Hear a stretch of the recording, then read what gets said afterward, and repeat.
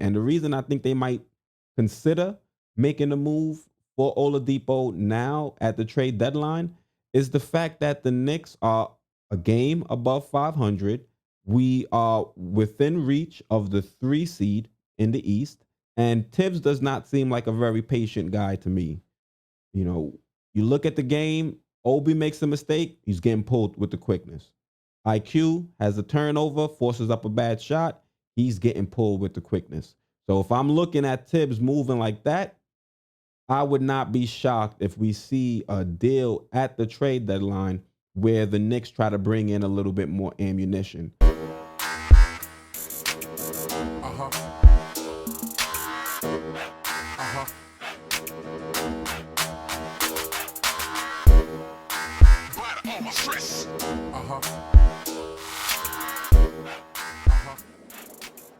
Hey, what's going on? Quis here from Sports Vibes TV. And in this video, I just want to touch on a recent Woj bomb that dropped right before the Knicks played the Pistons.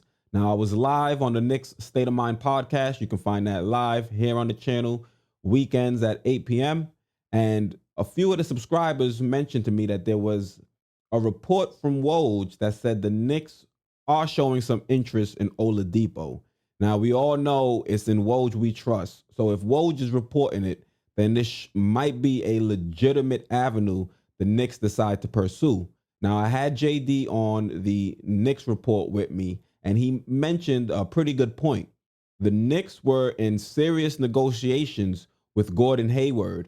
So we already know that Tibbs, his mindset right now is to bring in another piece to this team to give us a little bit more of a veteran presence and scoring punch. Now, is Victor Oladipo going to be that player? Me personally, no. And the reason I'm saying that now is he turned down a pretty lucrative extension with the Houston Rockets. They offered him an extension, and the extension they offered him is right around the top of what I would offer Victor Oladipo if the Knicks were to acquire him in free agency. So let's jump right over into that article. Now, as you can see, it says Victor Oladipo turned down 2-year, $45.2 million extension from Houston Rockets. Now, Victor Oladipo, if we were to bring him in, he would not replace Julius Randle as our number one option. So therefore, I'm not going to give him a big contract and expect him to still play second fiddle, play Robin to Julius Randle's Batman. So to be honest, if I were to bring in a Victor Oladipo, I'm going to mirror his salary to say a Malcolm Brogdon or Fred VanVleet. Both of those players received contracts in right around the same ballpark, $20 to $22 million, if I'm not mistaken. And that's what I would be comfortable offering a Victor Oladipo. So if he's turning down 2 years, $45.2 million with the Rockets, then to me personally, I would kind of stray away from Victor Oladipo. I like what he can contribute as a secondary scorer, even a secondary playmaker with his play style, but I'm not paying over 22 million for his services, especially with his injury history. Now, I'll leave the link for the full article down in the description if you want to read it. But as a Knicks fan, the part that we really want to focus is down here towards the end. It's like Woj just kind of slipped that in casually. Here it goes. It says, nevertheless, Oladipo, 28, has the chance to become one of the best two-way players available at the trade deadline or in free agency. The Miami Heat and New York Knicks are among teams that have had interest in Oladipo, and both have the salary cap space to sign him outright in the summer. Now, does this mean the Knicks are actively pursuing him?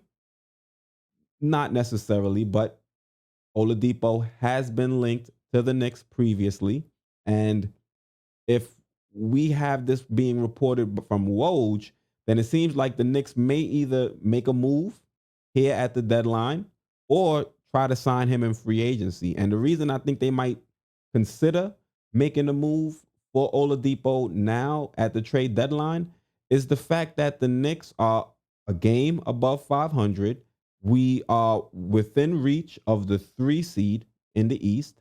And Tibbs does not seem like a very patient guy to me. You know, You look at the game, Obi makes a mistake, he's getting pulled with the quickness. IQ has a turnover, forces up a bad shot, he's getting pulled with the quickness. So if I'm looking at Tibbs moving like that, I would not be shocked if we see a deal at the trade deadline where the Knicks try to bring in a little bit more ammunition. My hope is the deal the Knicks do end up making does not cost us too much in the long run. And I just want to know what you think down in the comments. Do you think the Knicks are going to also try to make a move here at the deadline to try to be more competitive in the playoffs or to make sure we get better seeding in the playoffs? Or do you think the Knicks are going to stand pat? You guys have been watching the channel for some time, I'm hoping. And you know, my belief is the Knicks should stand pat. We have enough to at least be competitive, but we cannot continue to do what we did in the Detroit Pistons game where we're playing Noel, we're playing Randall 40 some odd minutes for the game. We have young players on this team that can contribute. And if you're not going to allow them to kind of get their shots off when we're up 20 with 5-6 minutes to go in the fourth, I really don't understand when you're going to give them the opportunity to show that they can compete and be positives or net positives for this team in the long run. So let me know what you think. Do you think Oladipo should be a trade deadline target for the Knicks? Down in the comments. All right. Once again, I'm Quis, host of Sports Vibes TV, and I'm out.